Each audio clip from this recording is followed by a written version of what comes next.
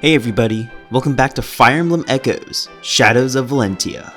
Last time, we stormed across Ram Valley and had an unexpected encounter with one of Desaix's men, something that we'll likely see more often in the upcoming battles. This time, we've received word that Lady Clair of the Deliverance is being held captive at the Southern Outpost, and it's up to us to rescue her and reclaim the outpost for the Deliverance. Southern Outpost, an old fortress built to defend Zofia South in times of war. Though small in scale, its bare construction is extremely effective.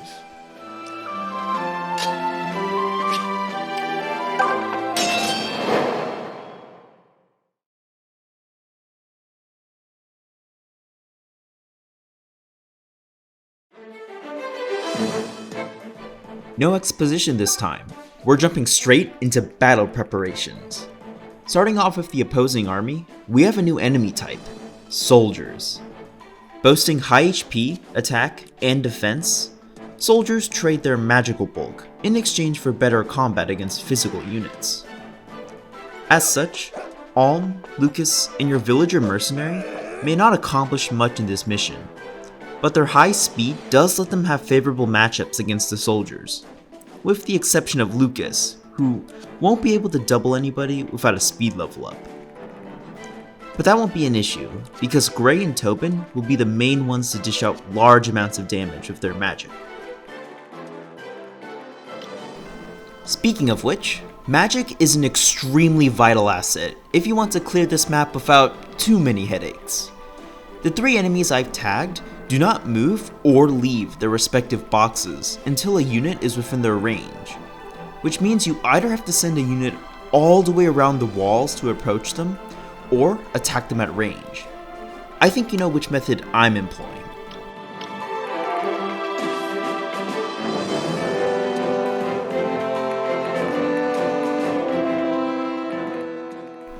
If for any reason you don't have magic, Silk is a less reliable but valid way to circumvent these problems.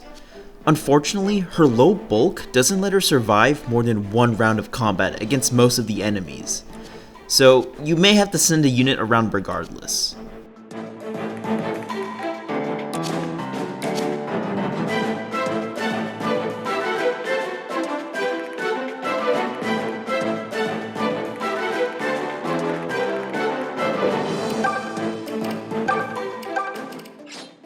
Besides mages and clerics, archers can also attack at range, but don't enjoy the benefits of negating terrain bonuses. And that's especially a problem when these three cowards plant themselves on supply tiles, which give them extra avoid. On this map, a villager archer's main job is to lure out this weaponless archer, who does leave the fortress alongside the other untagged enemies. And that's because of a neat little quirk in this game's AI. In general, enemy archers will target your own archers on enemy phase. With this knowledge, you can easily bait them out and prevent your other units from getting sniped. As for equipment, I've traded the Iron Sword over to Alm, as he'll be seeing more combat than Kliff. Who goes there? More rebels? Ha! Haven't you dogs learned your lesson yet? We're not rebels. We're the Deliverance. Everyone, with me! Watch out. That archer is carrying a powerful bow. We should only send in capable and cautious units to deal with him. Not as well known as the Leather Shield Mercenary, this archer also drops a piece of equipment upon defeat, a very powerful steel bow. Compared to the ordinary default bow, the steel bow has an additional point of range, making your own archers unable to retaliate against him on enemy phase. Since all archers gain the passive bow range +1, that additional point of range allows this guy to attack from 4 spaces away. One saving grace is that the steel bow weighs a ton, and makes his attack speed effectively 0. In fact, Silk can even survive a round of combat against him because of that. Just say the word. Stand back.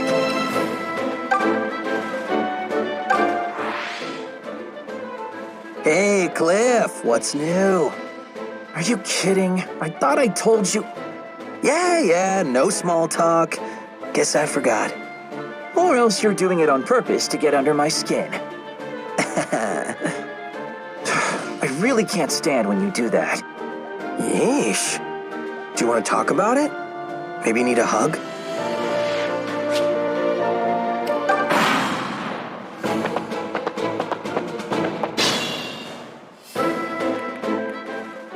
And just like that, the steel bow archer has perched himself on the supply tile. Nothing we can do to get him off of it just yet. Meanwhile, the rest of the enemies are starting to funnel out of the fortress. Having them fight outside on the plains is more advantageous for us, as the tiles inside the fortress give 20 bonus avoid.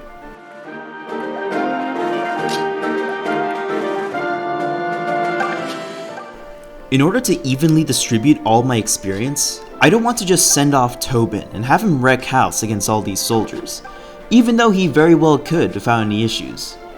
Instead, I'm approaching the enemies with all of my units to give everyone the chance to get in on the action.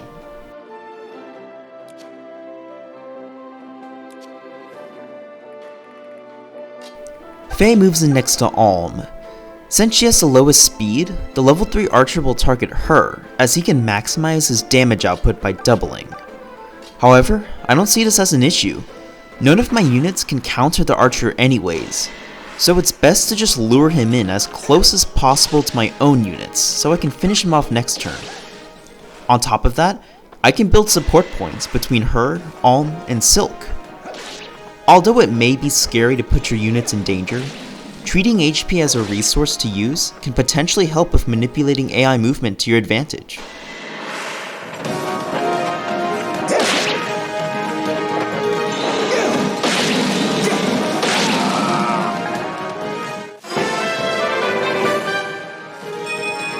Whoa! I feel light as a feather!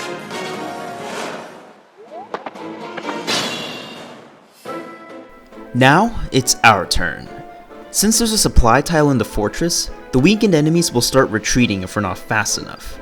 We'll start off by giving Faye this kill. If she misses, it's no big deal.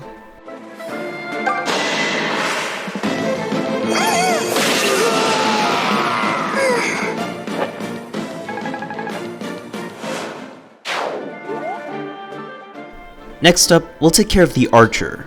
Doing so will give Silk some breathing room, as she literally dies to everything on the field. So giving her a safe tile to go to is crucial.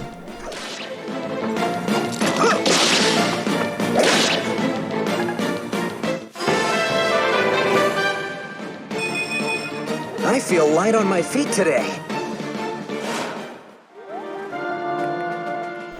If you recall, when we were still at Ram Village, I stated that one of my goals was to get Lukas promoted by the end of this mission. He's just 60 experience points away from leveling up, so I'll be feeding him a lot of these kills. Sort of an unorthodox strategy, as most people would probably give experience to Silk or their villager mage. As for me, I want Lukas to get those amazing stat bonuses from the Knight promotion as soon as possible. I got it.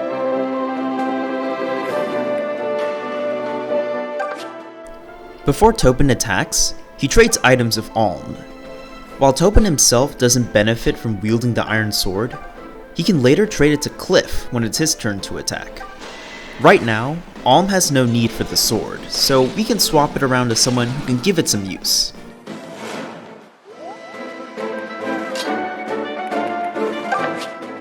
Without the iron sword, Kliff narrowly doesn't get this kill. The soldier lives on just 1 health. But thanks to careful planning, Kliff can trade items with Tobin. If we try again, Kliff can now take out the soldier. While this is a good outcome, there's actually an even better move we can make. Since Kliff only does 4 damage, he has to endure a counterattack from the soldier, resulting in a loss of 7 HP. This is where combat arts come into play. Last episode, Kliff learned Raft Strike. At the cost of 1 HP, Raft Strike grants an additional 5 might and 10 hit for the user. If we check the combat forecast now, Kliff deals 9 damage, more than enough to finish off the soldier. At first glance, it actually may seem like this outcome is worse, since, according to the forecast, Kliff was losing 8 HP from this exchange instead of 7. But that's because the game always wants to tell you the worst possible outcome that could hypothetically occur if your unit's attack misses. Thankfully, that wasn't a problem for us since Kliff had a 100% chance to hit. So in reality, we only lost 1 HP in that exchange, much better than losing 7.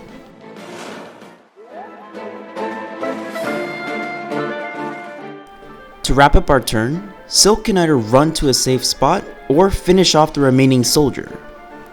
If she misses her Nosferatu, she won't be able to live against him during enemy phase, unless she lands a counterattack. But relying on a shaky 60% hit rate is not my cup of tea. While I can just use the turn wheel to rewind time, I don't want to create a strategy that relies on luck, as I believe taking unnecessary risks is bad Fire Emblem gameplay.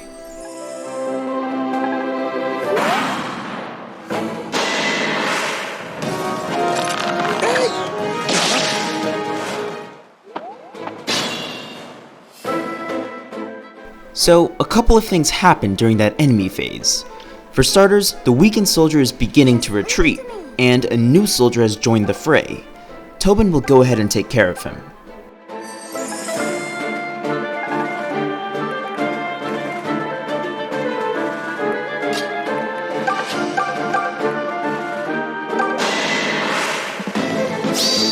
This is the part that hurts!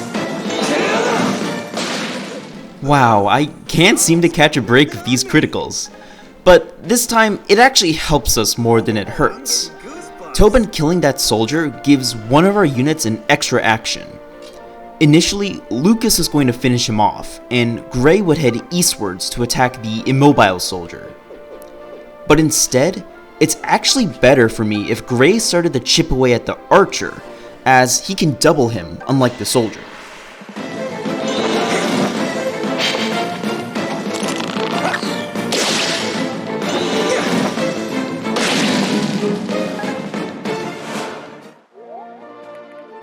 Even though I couldn't feed Lukas a kill with the previous soldier, he can just earn some XP with this one. The beauty of critical hits and RNG in Fire Emblem is that it forces the player to be adaptable, which is another reason why I don't like using Milla's turn wheel all willy-nilly, as things not going precisely as you want is a natural part of the series.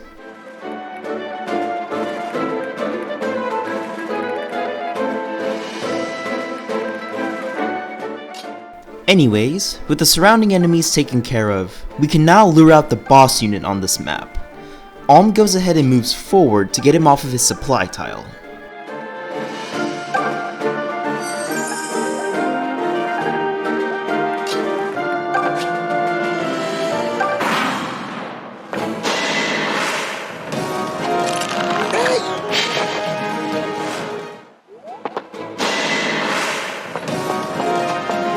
Not even close!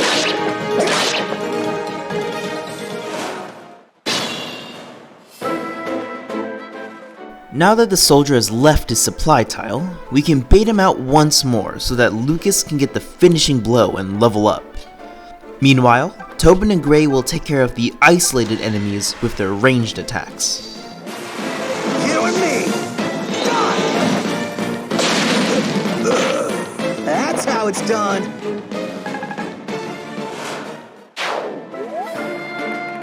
Sure, why not?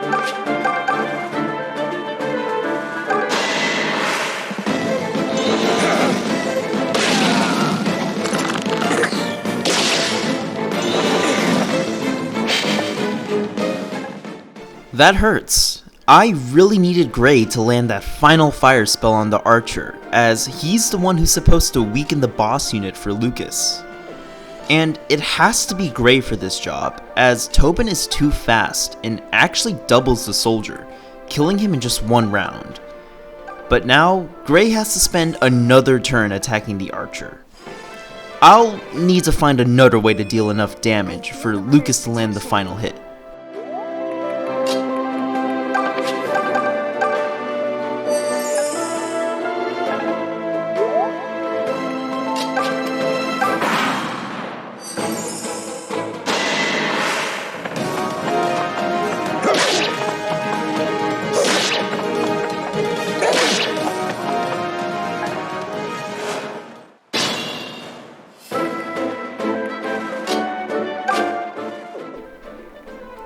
And to make sure, yep, Tobin deals just a little bit too much damage.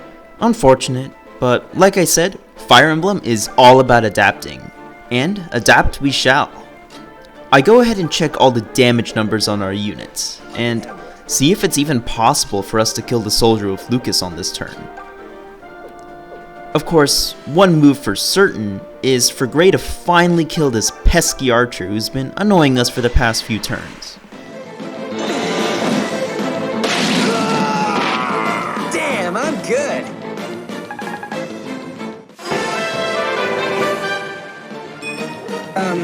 What was that?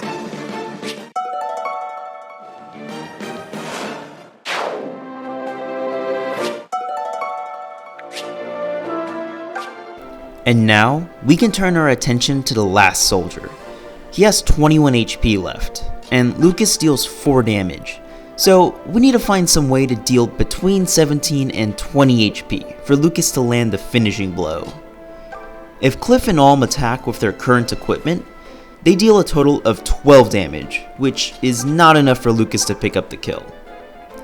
If we trade the Iron Sword over to Alm after Kliff attacks, their total damage output goes up to 16, which is unfortunately 1 hit point away from the threshold. But we actually have one more way of increasing our damage output. Everyone, say it with me, Wrath Strike. Kliff can increase his damage output to 8 with Wrath Strike, and if we combine that with Alm's attack after trading the Iron Sword, they deal 18 damage, which puts us nicely in that 17 to 20 threshold.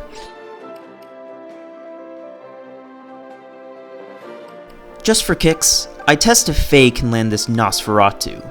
She deals the same amount of damage as Alm, so the outcome doesn't really matter.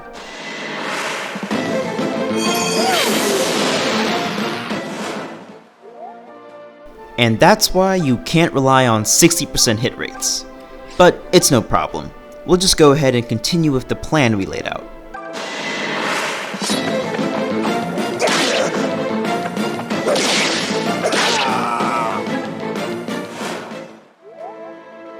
It's the moment you've been waiting for. Lukas, do the honors. Oh, except first, we can get some free XP for Silk. Might as well since there's only one enemy left. Alright, for real this time. Lukas, let's finish this.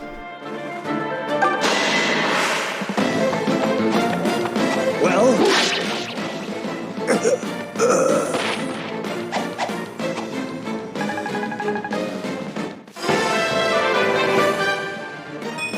My mind must be playing tricks on me. And there we have it, Knight Promotion.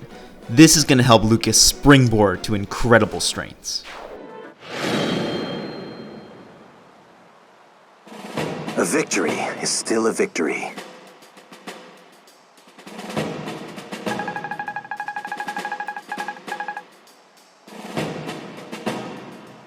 We did it! The outpost is ours! Thank you, my brave friends. Thank you for everything. I know that my fallen comrades would say the same. Oh, Lukas, I'm so sorry. But we'll have time to mourn later. Right now, we must find Lady Clair. She must be somewhere inside the outpost.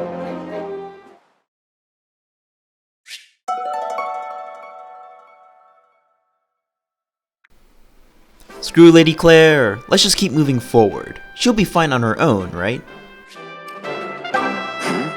Hold a moment, Alm. If we are to press on, we must rescue Claire from the outpost.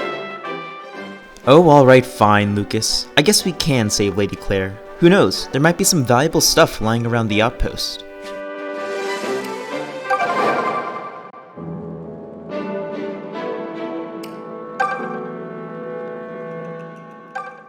I'm told this place was built 200 years ago as a defense against pirates. This hall leads further into the outpost.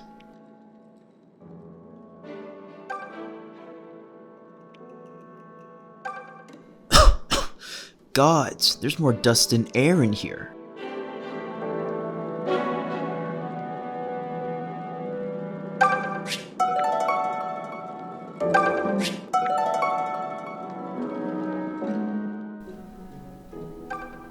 I bet you fight better if you didn't leave your weapons lying around. Well, luckily for us, there is one weapon we can snag from here, and it's this Iron Lance.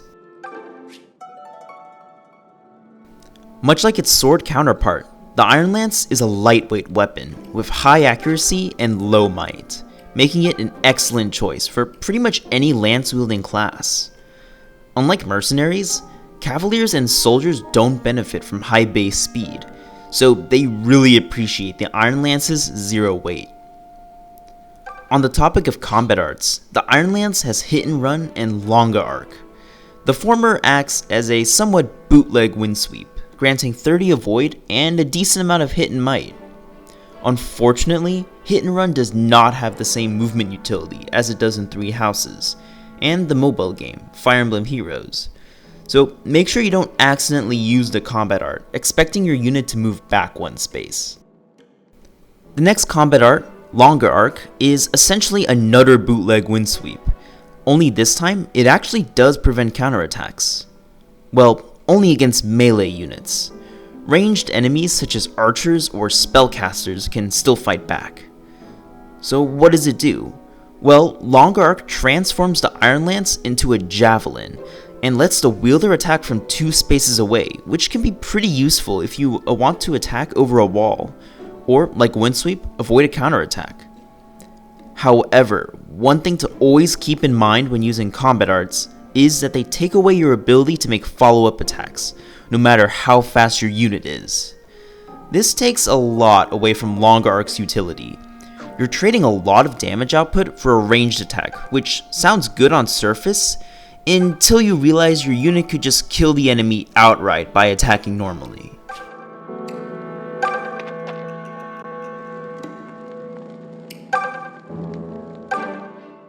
This looks like the war room. Pretty impressive stuff.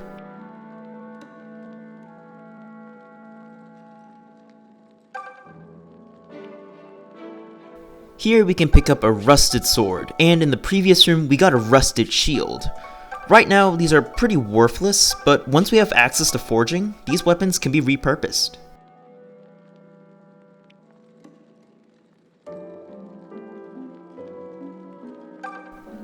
This is mostly just junk. I don't know what you're talking about, cause right in front of us is an incredible weapon, the Lightning Sword. A very weird weapon, and wow, look at all those effects. Where do we even begin? Well, for starters, the Lightning Sword is a magical weapon that targets enemy resistance, just like any other black magic spell. Furthermore, the sword has 1 to 2 range, which means the wielder can avoid counterattacks from melee opponents.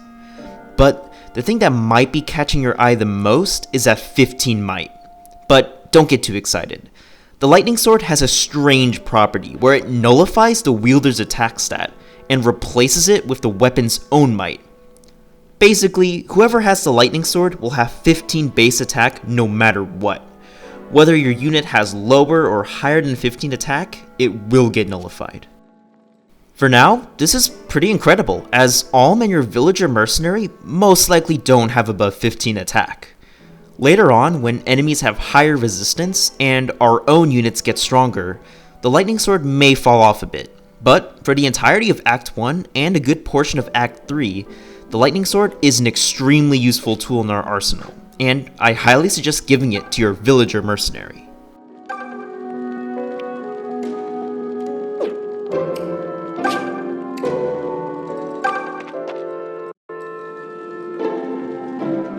Claire! Lukas!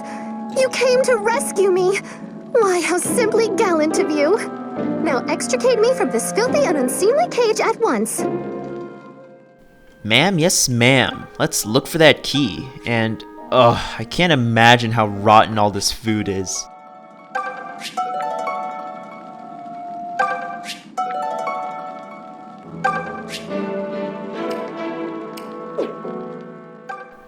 A table and chairs for the guards. These do not look comfortable.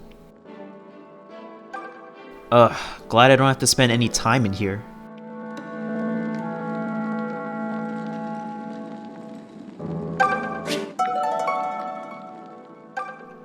Rigel must have taken these weapons from their prisoners.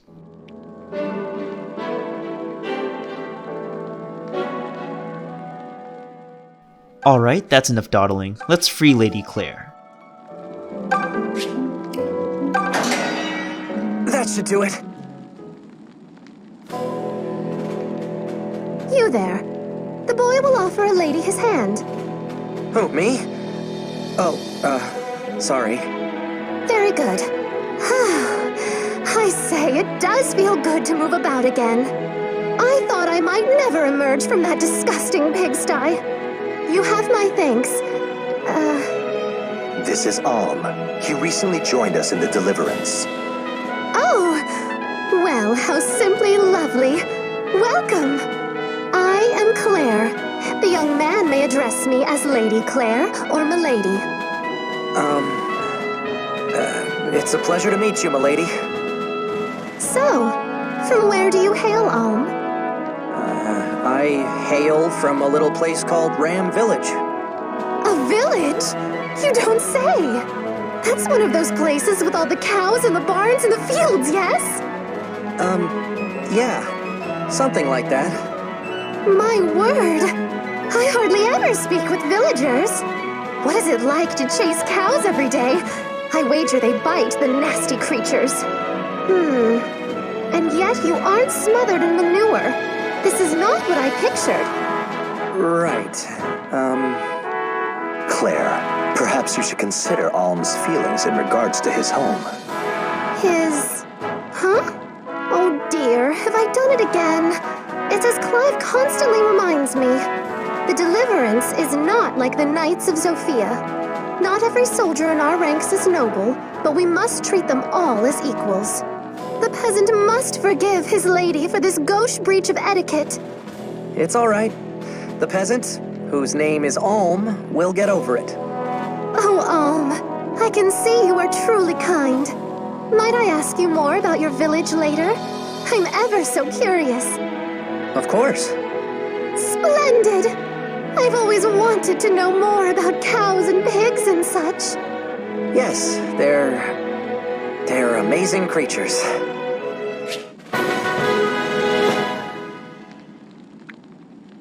Whew, she's going to be a handful.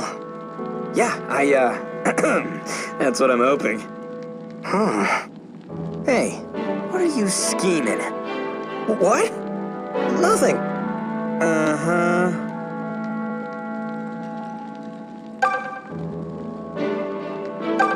Thank you for freeing us. I thought my time had come. You're new to the Deliverance, right? Then you'll want to hear this. They say Mother Milla has disappeared from her temple. That's why Rigel was able to break the divine accord, which was supposed to prevent them from ever invading Sophia. I don't know how much of it's true, but it's disturbing nonetheless. Mother Milla, the divine accord. Perhaps we're missing some pieces of the puzzle. Why exactly did Rigel invade Sophia? These questions will remain unanswered for a little bit longer.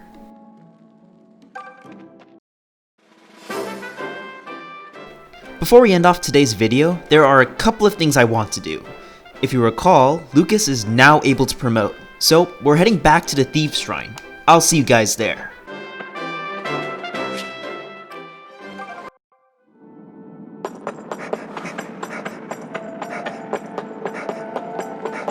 Halt! Who's there? Get away, get away, get away! What? Huh?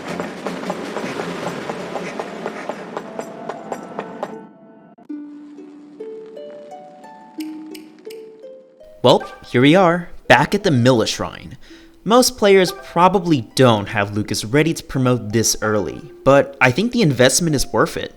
The base stats of the Knight class are incredible and can help bolster Lukas's performance, as he's pretty much dead weight as a soldier. I mean, just look at those bases.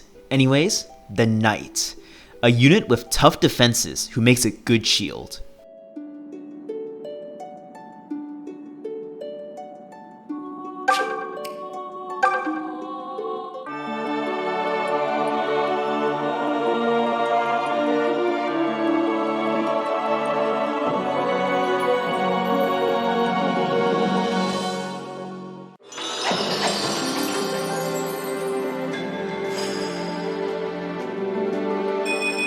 Whatever it takes to see the task through.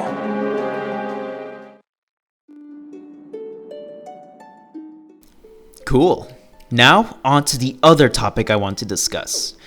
As you might have noticed, whenever we're at a village or a Mila shrine, we can talk with our party members, and these are known as base conversations. They allow us to learn more about the characters in this game and their backstories, something that can't be fully expressed in support conversations alone. I'm a huge fan of these, and it's a shame that it's ultimately random who shows up to chat, so a player might miss out on these. But in this Let's Play, I'll be showing off all base conversations, so you can get a better understanding of where these characters are coming from. And who knows, maybe you'll find a favorite among this game's lovable cast. I know I have my favorites.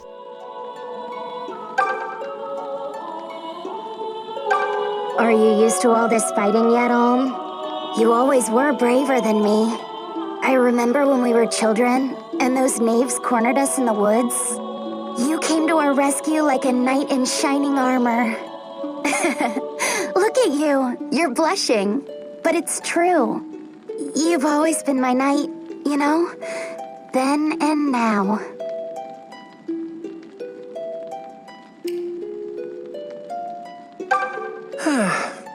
The school in town that I went to was closed because of the war. At first, I was glad to leave that place, return to the village, and kick back. Then I remembered how little there is to learn inside a small village. I never hated learning, per se. I just hated all the other hellish parts of attending school. The other students would hound me from sun's rise to set. Just a bunch of lonely little children desperate for friends. What? Don't grin at me like that. I mean it.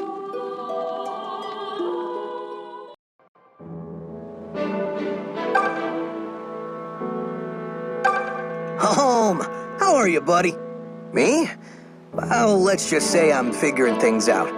Lukas keeps talking about kings and politics, but that does little for me. I'm actually just in it for the gold. I have a family to feed after all. Well, that and I'm not about to let you outshine me. Hey, don't look at me like that.